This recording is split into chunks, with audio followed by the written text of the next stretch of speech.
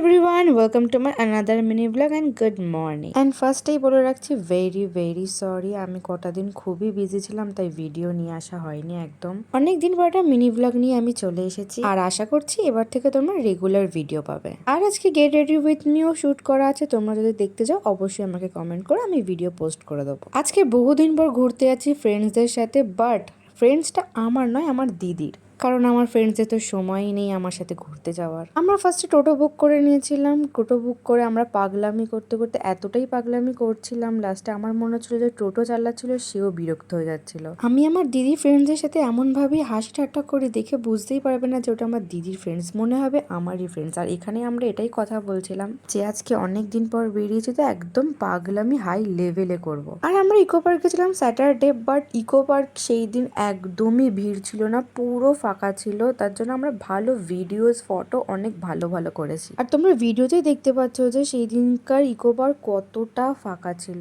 আমরা এতদিন পর বেরিয়েছিলাম, এত মজা এত গল্প করছিলাম, তার জন্য আমি ভুলেই যাচ্ছিলাম যে আমি ভিডিও করছি।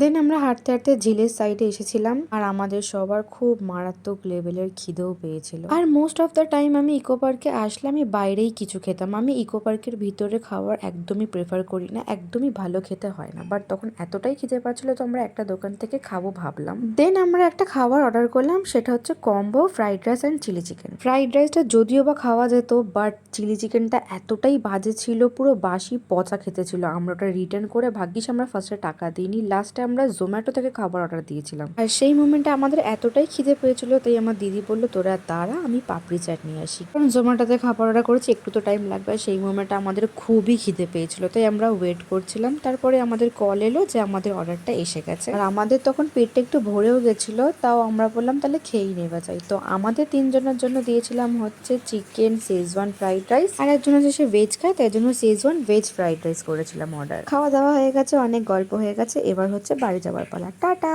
দেখা হচ্ছে নেক্সট ভিডিওতে। Thanks for watching.